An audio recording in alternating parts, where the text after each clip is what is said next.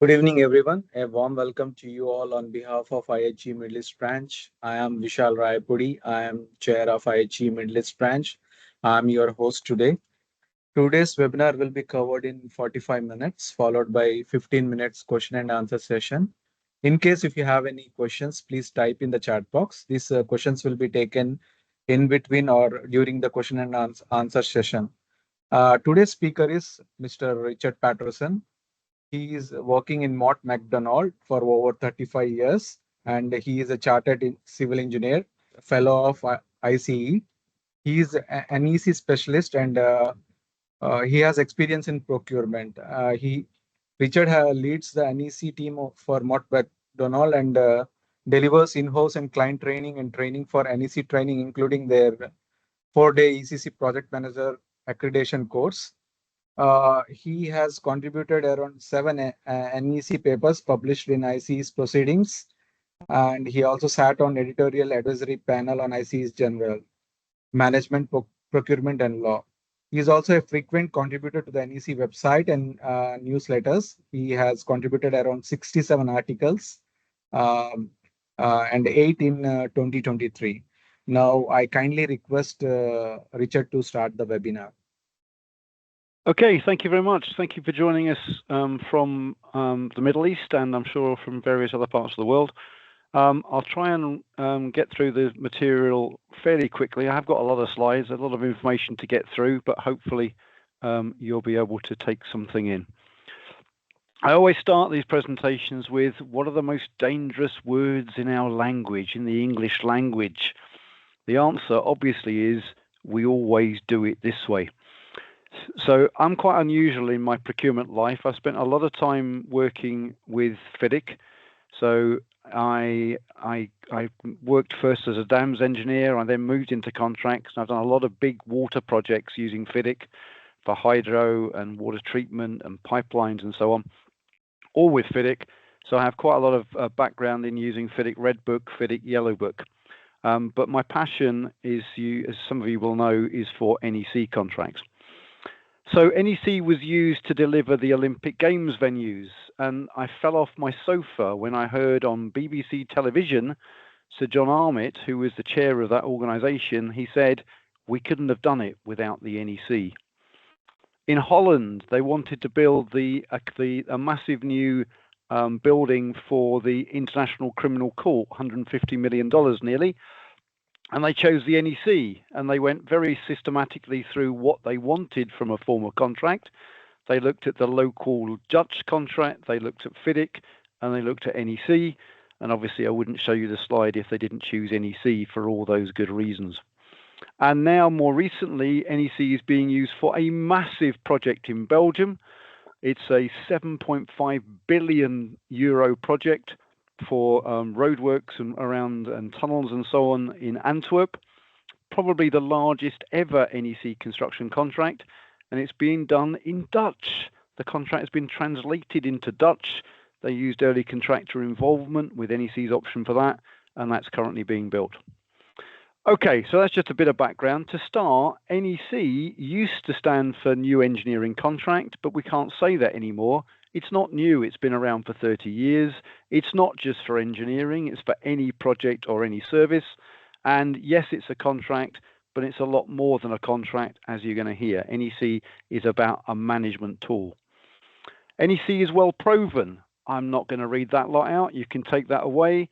I think the history, it started out mainly in the UK when we realized that our existing contracts were not working.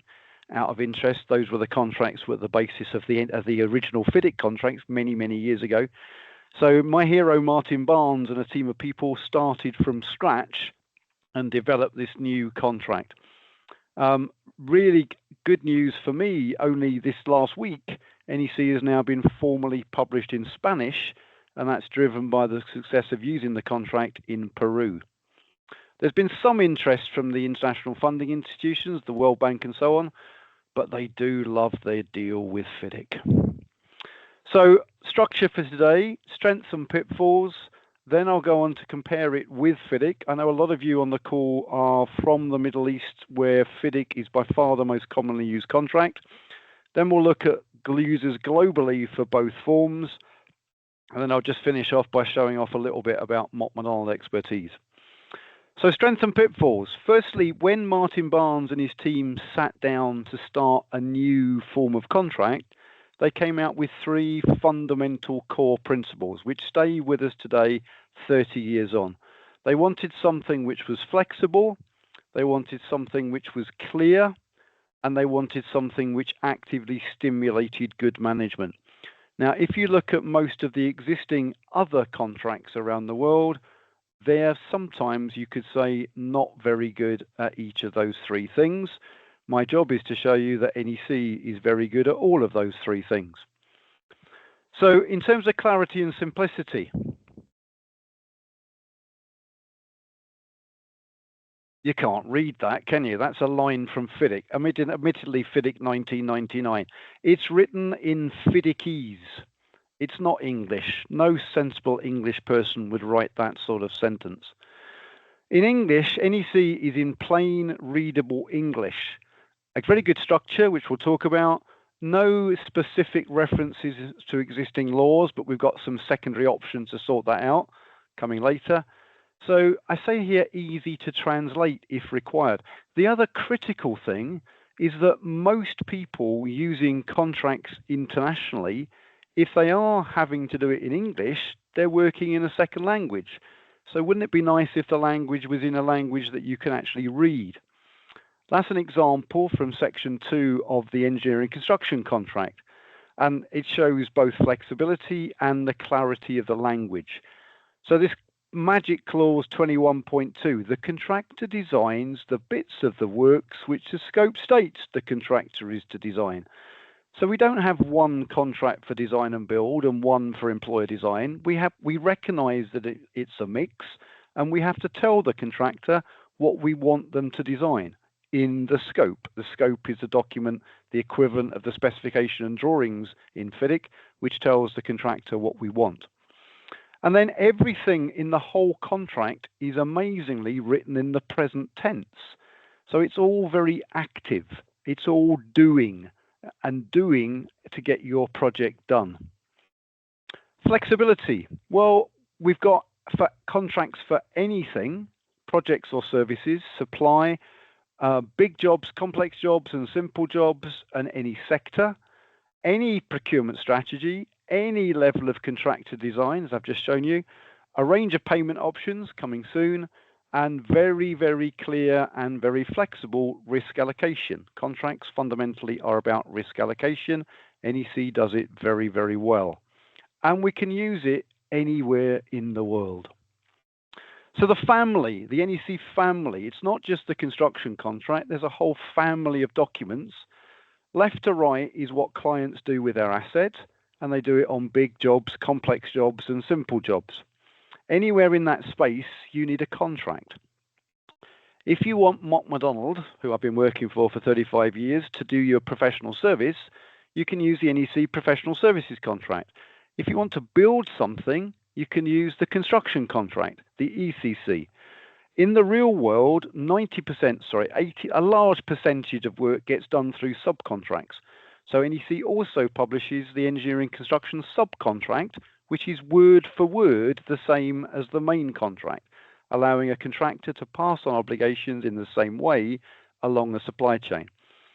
But those 3 contracts are not simple, they're complex, they're big beasts. If you've got a simple job, you can use the engineering construction short contract, and there's a short version of the subcontract. On the right-hand side, there's a contract for physical services, the term service contract and the short one. There's a framework contract allowing a client to get into an overarching agreement with suppliers, and within that framework, let separate contracts, which could be any one of the ones on this picture. There's an adjudicator's contract for when it goes very wrong. There's a supply contracts. There's a short professional services contract. As you can see, NEC has got it covered. However, things move on.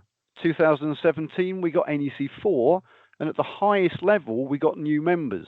We've changed the name of the adjudicator's contract. You'll see why later. we've got a professional service subcontract published and a term service subcontract published. We've got a new contract for design, build, operate. And I have to admit, my friends, this is NEC catching up with FIDIC, because FIDIC, of course, has had the gold book for years. Where NEC is ahead, though, NEC also has an alliance contract, which is a true multi-party, all in together to serve the client and develop and meet stated performance requirements, joined at the hip, so with multi-party alliance.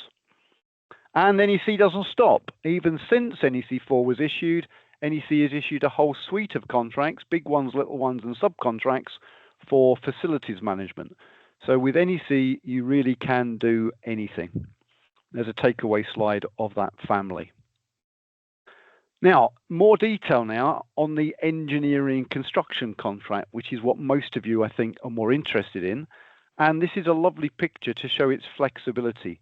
It starts with what we call the core clauses, which is about 80% of the words, covering all the standard processes for compensation events, for early warnings, for program, for design submissions, and so on. Then the client has to choose one of 6 payment options. On my picture, they've chosen option C. Then the client has to choose one of 3 dispute resolution options. On the slides, by the way, the purple means it's new to NEC 4, but that's probably too much detail. And then the client has got a shed load, that's a very English term, sorry, a great long list of secondary options for things like retention or inflation or sectional completion or two-stage construction, whatever you want. There's a whole series of those secondary options, and the client can pick and choose. Then there's a level of what I call jurisdiction-specific options. You can see the UK in the title. Those are short little clauses which make the contract fit with UK law. And on top of that, as always, any standard form of contract has to have a space to allow the client to change it.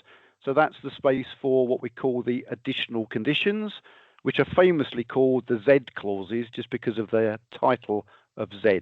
That's where a client can go in and tweak and or completely ruin the NEC. So it's just one simple slide, but it shows you the super flexibility within the one engineering and construction contract. And then at the highest level, who takes the risk?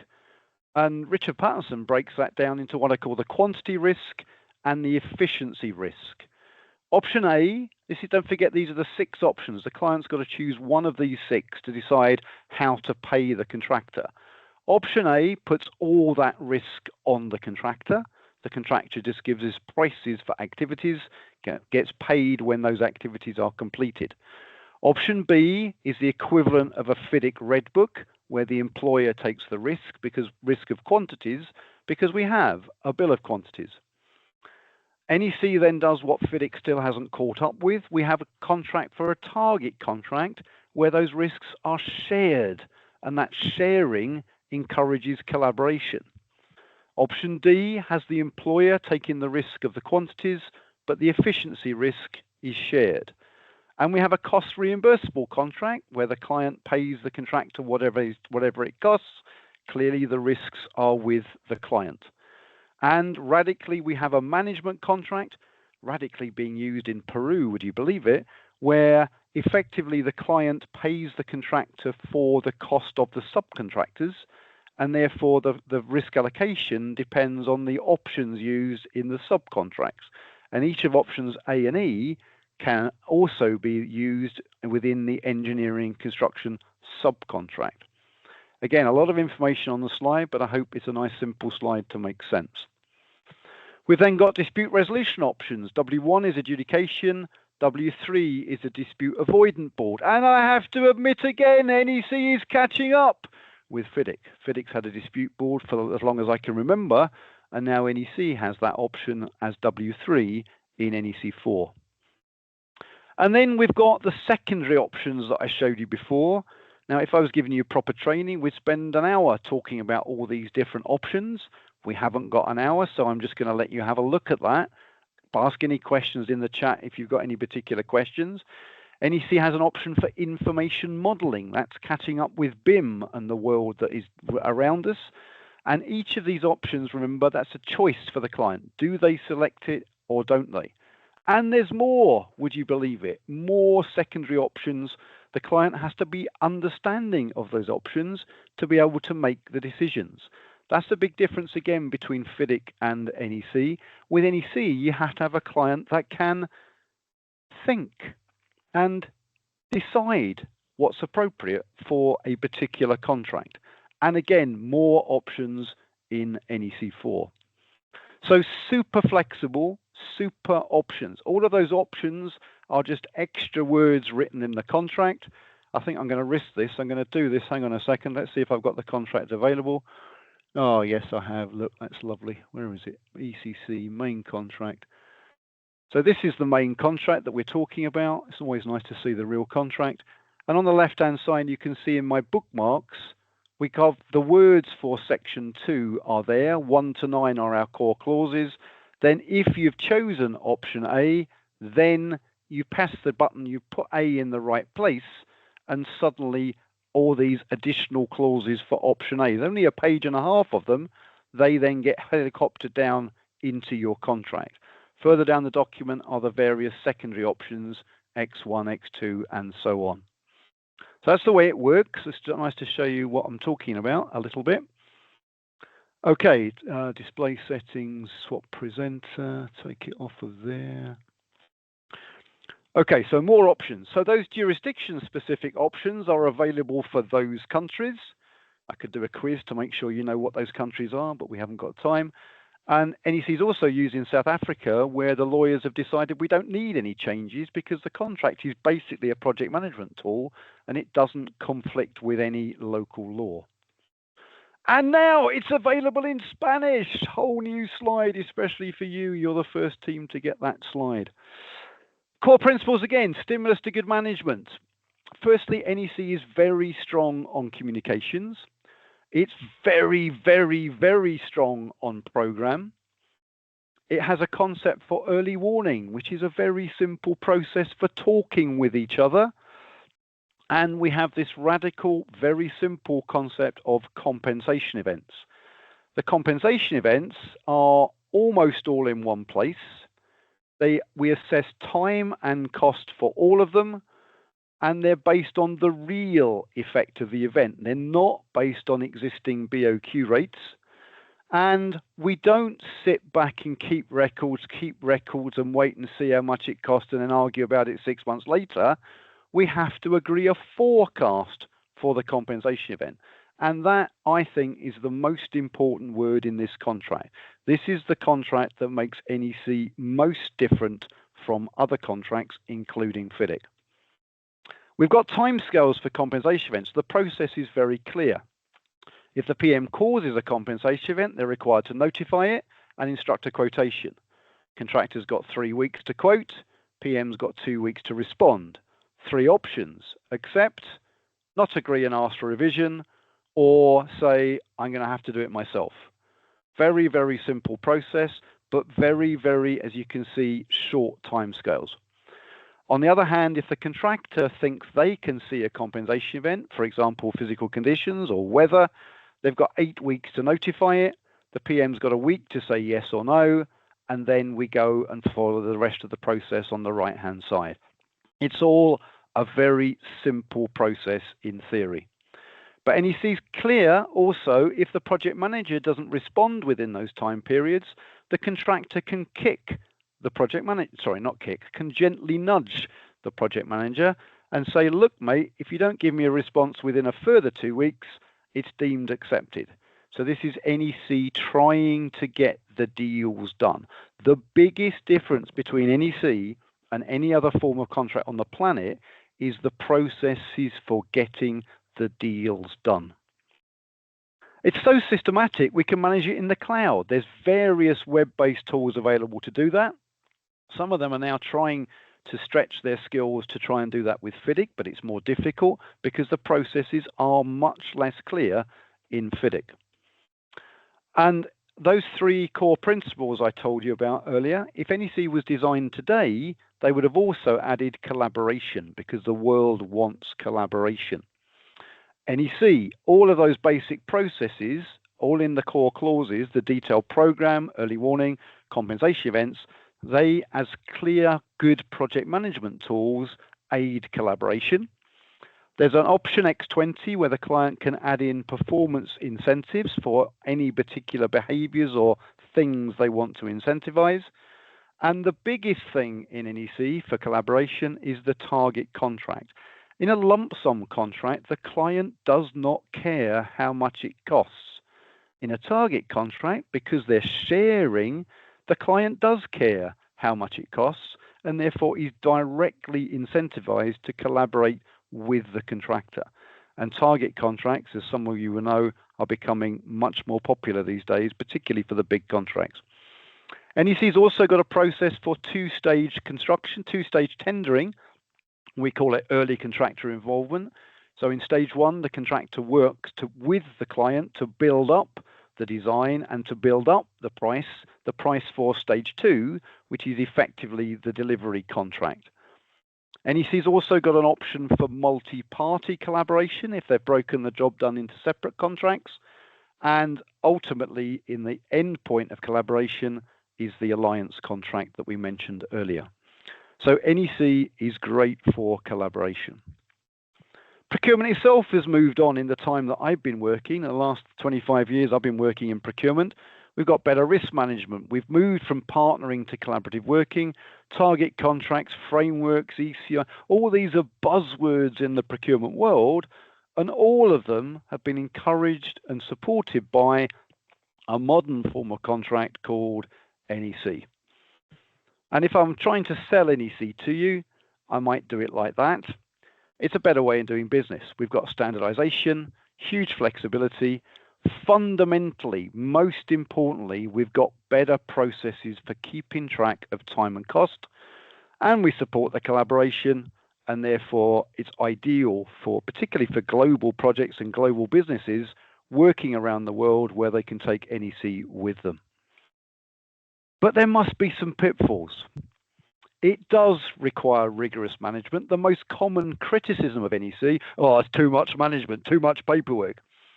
And therefore it does require investment in resources on the client side and the contractor side for doing all these things that NEC requires to be done to manage your project. So you don't put the contract in the bottom drawer. The contract is a day-by-day tool to help you run your project. Big first point, Phil, it's different. So it is different from FIDIC, it's different from anything else, and you need to get people to understand that. It does benefit, obviously, from a mindset of collaboration and a mindset of, the most important thing, actually, in my experience, is getting people to realize the need to actually use the contract. Now, we should be doing that in any contract, but it's even more necessary with NEC. The project manager on an ECC contract has got a lot of work to do. They might need some sensible delegation. And in some cases, particularly those timescales I mentioned, they might clash with organizational procedures. And you will need programming expertise because program is critical in NEC. And the obvious pitfall is people try and do NEC without understanding what it's like. I've showed you that first slide. I said NEC is clear. I think my slide said it's clear and simple. That's not true. The contract is not simple. There's so many options, so many things to be done that there's just a lot to learn. And to make that work, you need good documents to start with. Every project in the world fails because of bad scope, so we need a better scope. But the NEC's conditions themselves are very clear, but we do need active management. To make that all work, you need to address the culture, you need to invest in training, and ideally, you need to use those systems, those in the cloud systems. I can't believe that we're still trying to run big projects with millions of dollars using please find attached little form on email. That is the dark ages, my friends. We need to be using in the cloud systems. In terms of jurisdiction, there was a guy, Humphrey Lloyd, who was a very senior judge who reviewed the NEC, and his basic line was that there was no major problems with using NEC anywhere, no real barriers to using it internationally. But you will need to do a legal review. We will need to get construction lawyers to review the contract to make sure it does fit with your local law, but you will need to train the reviewer first. Humphrey Lloyd gave a few pointers to some issues, specific issues that need to be reviewed, and I actually wrote an article with the chair of the NEC board, Peter Higgins, about the use of NEC internationally. There's a link to it there for you afterwards. That's the picture of the front page. Okay, so that was a very, very high level run through NEC and why it's different. I hope you understand it's different. And have you got any particular questions, Mr. MC, or should we carry on? There are a few, if you want, I can read. FIDIC uses DAAB to resolve a dispute with a non-binding recommendation. If one of the parties does not comply with the recommendation, what can the other party do to proceed or escalate as necessary? Okay, that's W3, that's the dispute avoidance board. And similar to FIDIC, if either party doesn't like the recommendations of the board, then either party can still take it onwards and upwards to the final, what NEC calls the tribunal, which can be entered by the client in the contract data. It will either be the arbitration or the courts. Okay? Yeah, okay. And the second question is early contractor involvement for the initial design state with a particular contractor or with all the contractors participated in the bidding? Please advise. Okay, really good, really good question. The way the contract is set up, it's intended to be done with just one contractor. So you selectively choose the one contractor that you want to work with, and then with that one contractor, you agree a price. That obviously can cause some problems. I've done some work with one particular client who modified the X22, which is the early contractor involvement option. We modified it so that two contractors did the stage one, and effectively they bid against each other in stage two. It's a whole separate, a whole presentation on early contractor involvement. We haven't got time today, but if you go anywhere near that with one single contractor, all I would say to you is that right from the very start of stage one, you need to be working with the contractor's cost estimating team and building up the prices together. You can't go through stage one and then ask for a price. You've got to be thinking the prices as we go through. Okay, let me move on. So NEC compared with FIDIC. FIDIC traditionally focuses on liabilities and risk allocations in the way that contracts have always done. NEC, as I've hinted at, allows flexible and clear risk allocation. It does require more proactive management with timescales for everything. I always do this in training. NEC has a timescale for everything, and it is proven to support and encourage those more collaborative ways of working. In terms of clarity, I've been working with FIDIC for 25 years. The 1999 update was significantly clearer than previous editions. The new edition, 2017, it claims to be more management focused, but would you believe it? They've added 50,000 words. It's now 50,000 words in the FIDIC Red Book. ECC, with all of its options, only 19,000. NEC, clarity and simplicity is one of the guiding principles. Short sentences, bullet points, easy to read. It is written in plain English. And as I said before, that must be a good thing, particularly if your first language is not English. Okay, in terms of the range of contracts, I've shown you we've got the professional services contract and the short version. Those are obviously competitors to FIDIC's White Book.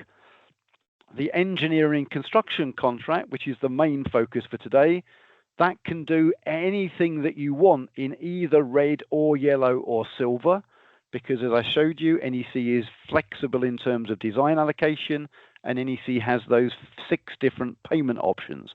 So red book would be an option B with a BOQ. Yellow book and silver book typically would be an option A with a lump sum, or if you want to get radical, you could use a target contract. And the green book is obviously the simpler one, which is the competitor would be the engineering construction short contract. In terms of subcontracts, I believe FIDIC does have a published subcontract for the red book. NEC, as I said, has back-to-back versions where exactly the same words are used in the engineering and construction contract, the same words, literally the same words are used in the subcontract. It's directly back-to-back. There's a few tiny little changes, but very, very few.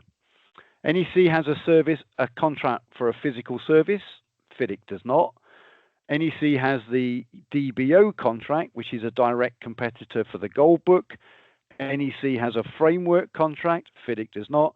NEC has the alliance contract. FIDIC does not. And again, one place where perversely FIDIC is ahead is that NEC does have a standard joint venture agreement. NEC has never felt the need to publish such a document. This is a nice simple slide. So I always talk about my two dimensions of contracts. Who's doing the design and what level of price certainty do we want?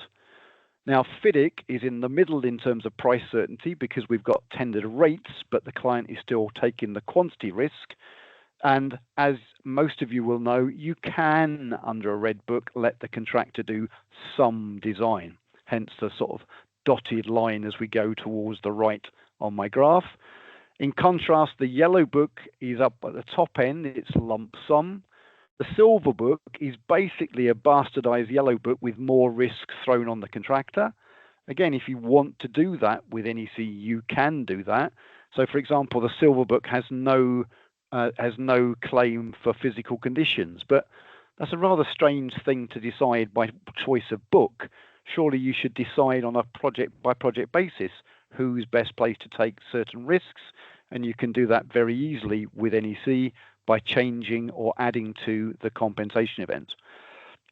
And as I've shown you, in terms of risk allocation, in terms of the pricing options, and in terms of the pricing options, those are the A to E that I mentioned before. So that covers all sorts of levels of price certainty. And we've already shown you that NEC can do any level of contractor design. So basically, NEC can do anything that FIDIC can do. When it comes to the smaller works contracts, that's effectively the FIDIC Green Book is a competitor for the short contract. And interestingly, Martin Barnes, my hero who wrote NEC, he was actually working with the World Bank when they developed the World Bank Smaller Works contract, which you may know. And some of those features of NEC are included in that World Bank Smaller Works contract. And just so you're aware, NEC is planning. I was very, very lucky to be part of the team that developed that. We've developed some additional conditions to the short contract to make it more applicable internationally, particularly for non-governmental organizations on relatively little low-risk contracts. I'm hoping that's going to come out later this year. So, summary in terms of good management, FIDIC claims to have improved. NEC is a specific objective, is good management. FIDIC has a crazy early warning clause, 8.3, which says the contractor gives early warning. And then I think the engineer can ask for written details about what might be done about that issue. In NEC, the early warning process is very clear. You notify an early warning, you put it on a register, you have early warning meetings, you update the register. It's very, very simple and it's very, very effective. And also, if the contractor doesn't notify an early warning when they should have done, any later compensation event is assessed as if they had done. By not giving the early warning, you've taken away the opportunity for the other side to come up with ideas or to change course. Hence, there's a slap in the contract for a contractor that doesn't notify an early warning. That's not in FIDIC. In FIDIC, the contractor has to submit a program, and we can update it whenever the engineer thinks progress is inconsistent with program. There's not even a routine update of the program in standard FIDIC. I always have to write that in as a particular condition. It's ludicrous. And in FIDIC, there is no clause anywhere which tells you how to use the program for assessing an extension of time. Amazing. NEC, we have an accepted program. We've got detailed clauses for the requirements of the program, detailed clauses for the acceptance of the program, and there's a clause which means the accepted program is used directly to calculate the time effects of any compensation event. Remember, compensation event is the equivalent of a claim in FIDIC. In terms of change management, FIDIC's clauses are all over the contract. You can claim in various different clauses, in various different risk events, and some of them give you time, some of them give you time and cost, some of you give them time and cost and profit. I do not understand that. In NEC, and they're all sent off to the engineer for the 3.5 determination clause, which I'm sure many of you know and love. Within that clause, there's no real rules and there's not a lot in the way of timescales. I think timescales are better now in 2017 version. In NEC, some people would say that NEC fundamentally is a change management process. Everything, variations or any risk with the client in NEC language are compensation events, and they're clearly listed. They're pretty much in one clause. All of them are dealt with by exactly the same process. All of them have the same rules, tight timescales, and clear consequences for not complying with those timescales. And that in turn, and this I think is the fundamental reason for NEC, it gives the buyer, the employer, the client, an ongoing and better forecast of the final completion date and the final cost. And that's what most clients claim to want. So in summary from all that, NEC can do anything that FIDIC can do. And if you want better control of your contracts and are willing to invest, because you will have to invest in people to properly manage your contract, please take a look and think about using the NEC. Users globally, FIDIC, as you all know, is the most widely recognized brand of standard form of contracts all over the world. It's translated into multiple languages, and the World Bank, God bless them, they have a deal with FIDIC to publish the Pink Book. Therefore, I don't know how this happens in the lenders world. Can somebody tell me? The lenders are able to say, if you borrow my money, you've got to use FIDIC, because the lenders have got a deal with FIDIC. How does that deal work? I'd love to know. And of course, the banks have wildly endorsed this new 50,000 word FIDIC 2017. NEC started off in the UK and South Africa, where it's now endorsed by. I'm going to click through this one and go to the next slide because it's more pretty. So NEC started in the UK, and now it's pretty much the standard for infrastructure, and it's also well used in buildings. It's one of 4 standard forms allowed in South Africa for government work. It's now mandatory for government construction work in Hong Kong. That was a big win for NEC, something like 10 years ago. It's becoming more common in New Zealand. It was used on a couple of big jobs in India, but use in India is stalled. Likewise, it was used on a particular big job in the Philippines. I mentioned the Holland job. I mentioned the Belgium job.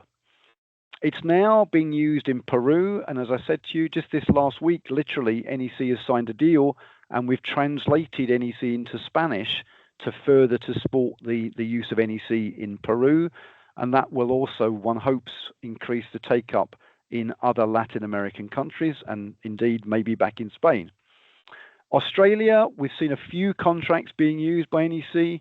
MacDonald is working on a big hydropower in Queensland, which is where the client is using NEC for everything. I'm happy to help with that one. Ireland recently had the Y clauses developed, so those are the Y clauses to match the local law, and NEC is being used a lot more now in Ireland. And my last international trip was when I was flown out to Singapore, because the Singapore government and the BCA, which is the Building and Constructions Authority, they have basically made it their policy to really push for more collaborative contracts. and that's an open door for Richard Patterson to go and tell them and help them use NEC in Singapore. Singapore is now developing some trial projects, and we're hoping it will take off very, very quickly. In terms of what we've done, so that's pretty much it in terms of NEC and FIDIC. That was an awful lot of slides. I hope you're still with me. We should have said at the start that we will be sharing the slides afterwards, and I believe hopefully even a recording will be made available. A few bits on Mott MacDonald expertise. I mean, I'm here to obviously to showcase what we can do as well a little bit. I'll do it very quickly. We're a big consultancy. We're all over the world.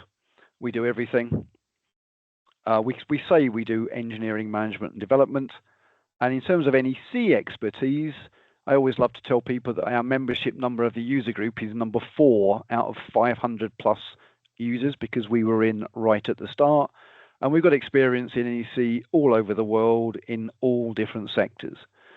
There's a slides here. I'm not going to show you the slides, but I've just put in here a whole load. These are all articles. At the start, we mentioned that we do quite like to write our articles on NEC. There's a whole series of links of articles where these various documents have been published. And in fact, I'll share with you, and hopefully it can be shared. I maintain a list of NEC papers and articles. I'm quite happy to share that with anybody that wants it. In Mott MacDonald, we have discussion groups, and we use one specifically for NEC, which has got more than 1,700 people attached to it. And to share our knowledge, we do what we call our bite-sized sessions. And if you are working directly for Mott MacDonald, please get in touch with your local contact, and they can arrange for you to be invited in to these various, just quick 1-hour sessions on various aspects of NEC through the year. My word, that was a quick effort, but I finished even 4 minutes before the time. Is that pretty good? What do you think? Yeah, Richard, it was very nice, and thanks a lot for giving a presentation on NEC. And this is the first time I'm getting to know about NEC. There are 2 more questions. I will take the first one. How does NEC 4 deal with claims for additional time and cost in comparison to FIDIC class 20.1 contractor's claim? Okay, so let me just show you in the contract. It's the best way of doing it. So NEC, it's just so well structured. My hero, Martin Barnes, God bless him, he paid my mortgage. He is my hero. So firstly, let me just take you around the contract. So section 6 is the compensation events. So we go to section 6, and there's a list of them. So straight in front of you, there's a list of the compensation events. So if any one of these things happen, the contractor can get more time and or more money. Project manager gives an instruction changing the scope. That's by far the most common compensation event. There are various issues that relate to program. There's the clause 12, which is the same as the 12 in FIDIC and NEC, which is the physical conditions condition. We've got a weather compensation event, and so on. There's just a great long list. If any one of these things happens, then the contractor gets a compensation event. The contractor, the PM, if they've caused it, is required to notify it. I'll just show you the feeling for the words. There's 5 pages of text on compensation events, but it's all very clear. So we've got a section for notifying the events, and then we've got a section for quoting on the events. And then 63, we've got a section for how we assess the events. And this is the most important bit, really. So look at 63.1, the change to the prices. So the prices is NEC's word for what you would call the contract sum. It's assessed as the effect of the compensation event on the actual defined cost of the work already done by the dividing date. The dividing date is the date that the compensation event was notified, and the forecast defined cost of the work not done. As I mentioned, when you're assessing a compensation event, you don't just keep records, you're required to look forward and make a forecast. That one word, forecast, as I said in my presentation, is the most important word in this whole contract. That's what makes NEC different. In FIDIC, we keep records, get the records checked, keep on keeping records, wait 6 months, wait till it's all finished, and then have a big argument. In NEC, we bring the argument up front and based on a forecast. That's the money, and then 63.5 is this wonderful sentence, which shows you how we assess the time impact of a compensation event. Completion date is the required date to achieve completion, and NEC says that if that compensation event delays when the contractor plans to complete, then the completion date is moved by the same period, as shown on the accepted program. And there's loads of clauses there to make that work. And there's loads of clauses which give the project manager the authority and the obligation to step in if there isn't a decent accepted program in place. Did that answer the question? Yes, yes. Second question is also somewhat similar. Hope the variation in NEC contract provides opportunity for both additional cost and cost savings to the client, depending on the type of variation similar to FIDIC. Can you please advise on this? Okay, well, the simple story is that if the client changes the scope, that's the first compensation event that I showed you 2 minutes ago, and then we will deal with the price and we'll deal with the time as we've just shown you. Again, this is getting into far too much detail, but there is a clause 16.1 which is where the contractor can propose changes to the scope, changes provided by the scope in order to reduce the amount the client pays. And then there's another clause, it's too much detail, I'm not going to try and show you everything in one session here, but there's a clause which basically sets up that the contractor gets a percentage of the savings due to that great idea that they've come up with in changing the client's scope. Is that enough to answer the question? I mean, I can take you to it. Go on. I think these are the only questions we have. Well, come on, guys. There's 40 or 50, 60 people out there. There must be some more questions. I've given you quite a lot of information to think about. Please fire in some questions, or ask the questions if you want to. I don't know whether we're allowed to unmute you. We can go personal.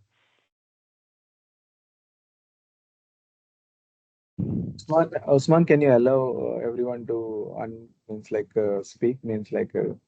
Mics. Can you on the mics? There's a question from Gulam. He's got his hand up. I don't know if he's like. Can you put it in the chat, or maybe they can unmute you? Yeah, I have a question that I work in Middle East and use on the FIDIC. Now I moved to the UK. I'm working in London on HS2 project. We are following here NEC. Yeah. I listen your NEC is the best company, but see, my question, you are the chartered engineer from IC and you have the good grip and knowledge on NEC. In Middle East, we are using FIDIC. And we come to the Europe construction projects, it's going to be NEC. Yeah. So why not the one NEC to be worked on globally? Well, NEC, I haven't mentioned this. NEC, when it was first conceived, the Institution of Civil Engineers, of which I'm very proud to be a fellow, the Institution of Civil Engineers UK, they paid the money to develop the specification for NEC, and they own the copyright for NEC. So NEC is actually owned by the UK Institution of Civil Engineers. The ICE, its Institution of Civil Engineers itself, is a charity, and it hasn't got a huge marketing spend, and it tries to do things very carefully. But as you saw from my slide, I'll go back to my picture of the world. As you saw from my slide, there is an awful lot of parts of the world where NEC is not used. I mean, the reason I'm talking to you today, hopefully you've worked out that I'm very oddly passionate about NEC, and I am very oddly passionate about NEC. I am very, very happy that as I mentioned today, that NEC is now being used quite widely in Peru, of all places. That was a radical decision by government there to firstly to allow it to be used, but it hasn't been used a lot in the Middle East. It was used there was a big project called the Al Raha development where NEC was used in the Middle East. That was Dubai, I believe. But it hasn't taken off.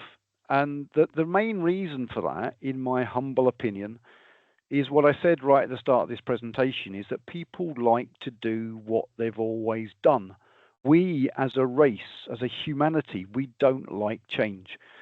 So even when Richard Patterson is here showing you that NEC is better, NEC is better at managing your contracts than other forms of contract, including FIDIC. There's just no doubt about that. But people don't like change, and it is a significant change. As I've mentioned, you will need training. Training, of course, is available, but you will need training because NEC is different. So there's no reason why it can't be used in the Middle East or any one of those other green countries on my picture here. Now, I'm lucky. I've been offered, I'm going to be presenting something similar to this year in both Berlin and Portugal. I presented in Barcelona last year, and I'm very happy to be presenting to you guys today, because I just want people that are involved in procurement, you owe it to yourself and to your employer, particularly if you're working for a client, to at least investigate NEC. And somebody should go and at least make the case for whether or not it's worth trying to change to use NEC. Another article I'll send you in the follow-up email. I wrote a little article a couple of years ago on how clients might gently try NEC. So rather than go for a big contract, maybe you should just try the NEC short contract for a low risk, relatively low value contract, just to get your head around the NEC concepts. Because all of the processes, the compensation events, the early warning, and so on, is the same in both the big contracts and the short contracts. Sorry, I'm talking too much. Any more questions out there? If anyone has questions, please raise a hand.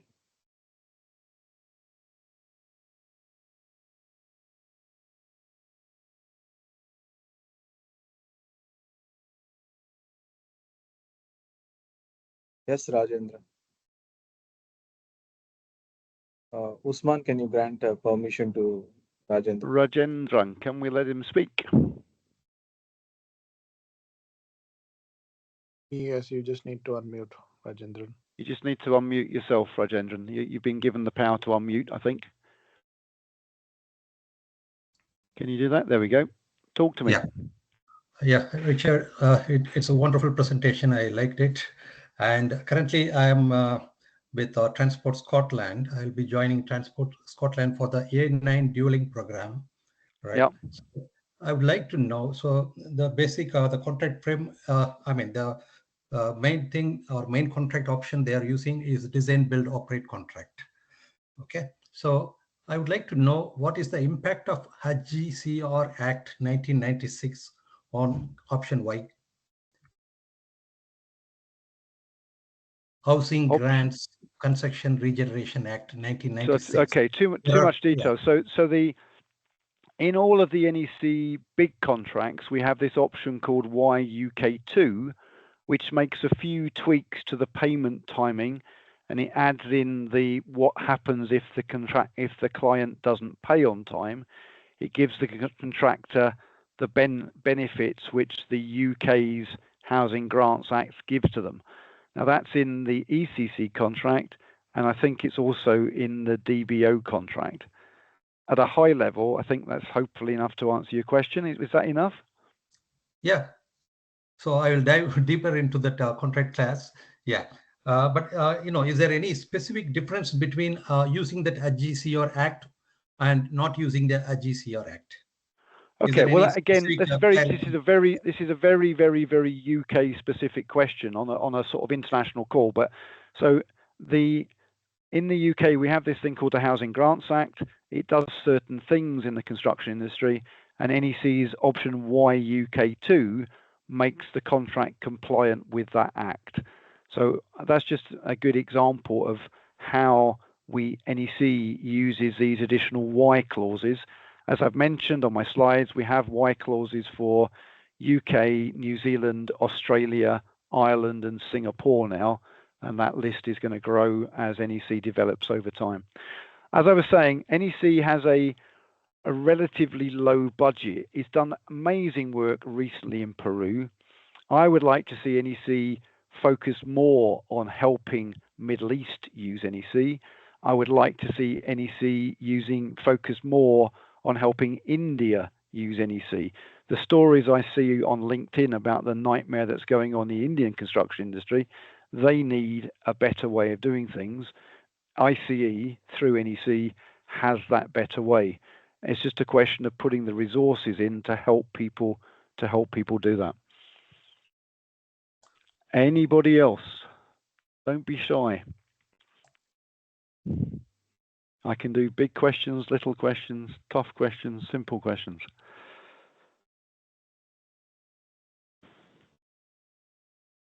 What I'll do in my follow-up, so I'm hoping that the team will send stuff out to you people.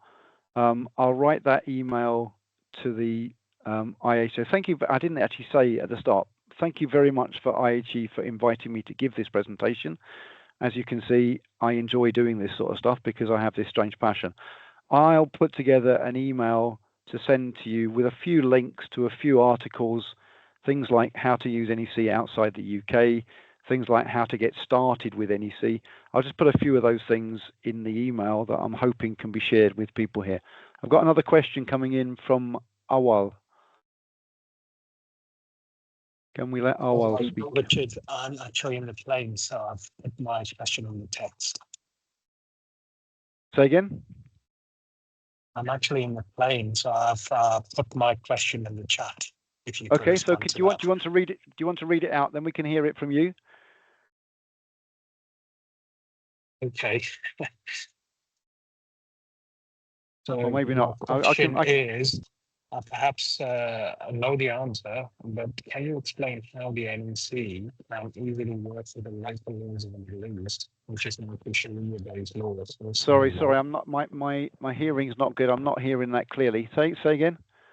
Or is it in the chat? If I can find it in the chat. In the chat. No, I could not find it in the chat actually because maybe some limitation. Okay. Can you see Richard? Can you see? I can't see anything from this Awal. name from Yes. Awal. So Awal, try the question again. Yeah. So the thing is that can you explain how the NEC can easily work with the local laws in the Middle East, which is mostly Sharia-based law or civil law? And also the fear is that the client will lose control of the contractor if an NEC collaborative approach is used. How will NEC answer this question? And is the FIDIC any better in dealing with the Middle Eastern law? Well, possibly not. Firstly, as I said earlier, there's no fundamental reason why we can't use NEC within any particular type of law. It's not designed only for one type of law because it's written, basically, it's a project management process. But as I said earlier, if you are going to use it in a new country, you will need to have construction lawyers take a look at that and see whether there are any effectively why clauses needed to tweak the contract. In terms of running away, then that's the same with any contract, whether it's NEC or FIDIC. You need the resources on the client side to do what the contract requires you to do. And as I've made clear in the presentation today, that there is a very tight timescales for the client side project manager. Again, we haven't mentioned this clearly. The project manager in NEC language is the equivalent of the engineer in FIDIC, effectively. And it's that project manager who's making the big decisions about compensation events. And the client just needs to make sure they've got people in place with the skills to be able to do that. Is that okay? We'll move on to Kimi Chan.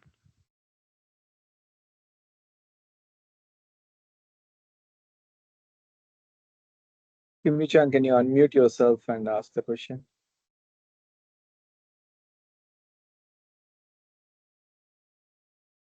Kimi Chan is a name I recognize from LinkedIn.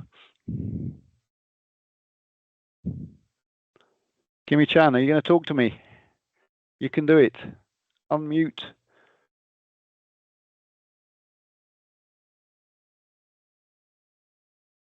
Usman, have you given him the permission to unmute? Yes, yes, he just needs to unmute. Kimmy Chan, please unmute if you're still with us, or have you given up and gone home? We're already up to the hour.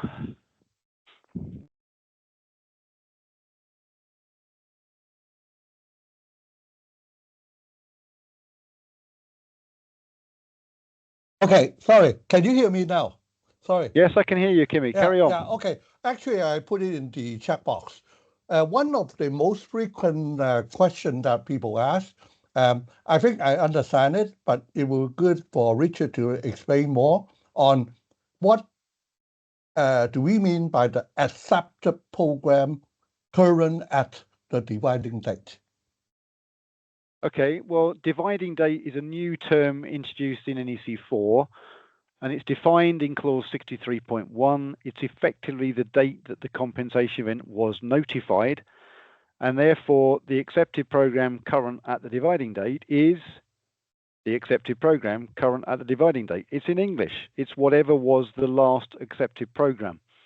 However, again, this is turning into a proper NEC training course. Clause 63.5 makes it clear that before we assess a compensation event, we have first to update the program to the dividing date. Because if the accepted program was accepted 3 weeks before the compensation was notified, then clearly things have changed. So we have to update the program first before we assess the compensation event. And in doing that, we would include for any other delays that have happened. And this is the way we beautifully, NEC just completely gets rid of what we used to call concurrent delays. Okay, Does so that make can sense? yeah, sure. So can I interpret it as if I draw the latest accepted program from my JIRA, which might be accepted 20th of last month, and I start updating it, okay? I mark up the progress, I mark up the whatever that's happened between the date, okay, of up to the dividing date, and I start to forecast the future, the impact that might happen due to the compensation event. That's and exactly that's what you're required to do as part of your quotation. Yes, and I put it as part of my quotation. Am I right? You know, Correct. this Absolutely correct. Okay. So you have to update the program first, then you put in the forecasted effect of the compensation event. And as I've mentioned several times, the importance of that word forecast, in both time and money, we're required to forecast the effect and do a deal. And I haven't mentioned, but once that deal has been done, we don't then go back and change that forecast because records show something different. It's critical in NEC that we've done the deal, so we move on. So that's 66.3. Yeah. Okay. So it's a markup program, the markup program using the last accepted program and submit it as a quotation. Exactly that. You use a markup of the last accepted program, but that program is not itself a revised program. It's just a tool for assessing the compensation event and the time effects of the compensation event. Okay? Very clear. Yes, thanks. Very good. Very, very good detailed stuff. Thank you. Daniel.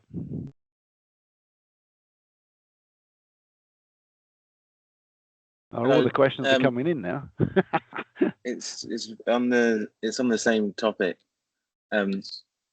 So what would happen? How do you account for progress or impacts that happened before the dividing date?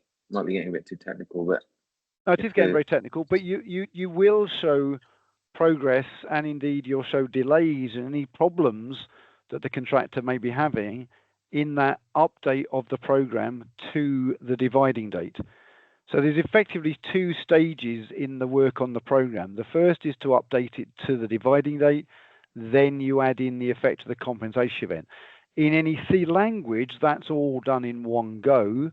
What I always say when I give training, and I spend my life giving training on NEC, I always say that it's good practice to do that in 2 stages. Get the planners from both sides to first agree the update to the dividing date, and then go in and look at the effect of the compensation event. Okay? Okay. All right. Thank you. Thanks. Mohammed. Hope you can hear me. I can hear you very clearly, yeah? Yep. So yeah, first of all, thank you for the presentation. Yeah, it was a great insight. Yep. So my main doubt is regarding NEC framework contract, regarding the social values, like what we use, like how to assess it, how to make sure like the suppliers or the teams are making use of the social values, what's needed for the local community Oh my on that word! Now we're basis. getting into serious detail. So, guess what? Richard Patterson wrote an article on it. There's an article I wrote specific with a colleague who's our social value specialist. We wrote an article on how you can use one of those secondary options, which is called X29. X29 has a really silly title. It's called climate change, because NEC wanted it be used to try and encourage certain climate change parameters like carbon. But in X29, it has a thing called a performance table in which you can set targets for anything. So what we said in our article is that those targets could be set for things that the client values as, quotes, social value. It's a very trendy term here in the UK. But if the client is encouraging the contractor, for example, to use apprentices, for example, we always use that example. If the client wants to actually financially incentivize the use of apprentices, then we can build that into a target in the performance table in NEC's option X29. Yeah, I get it, but the main factor is that like there are some like I don't want to name companies or anything, like potentially misusing the social value skills, especially for some clients, like for example, the government clients, they want the local people, but they show it as a whole. For example, in the UK, they show it as a whole, like they'll be using from one place to other place. The issue here is that you've got to set targets that are firstly under the control of the contractor, but also they have to be very clearly measurable. Because if you're going to put any money against them, you've got to make sure that it's absolutely black and white whether or not that target has been achieved. So that's what we put. There's an article out there on NEC and social value. If you Google NEC social value Richard Patterson, you'll probably find the article. Yeah, thank you. Okay. Cheers. Bye.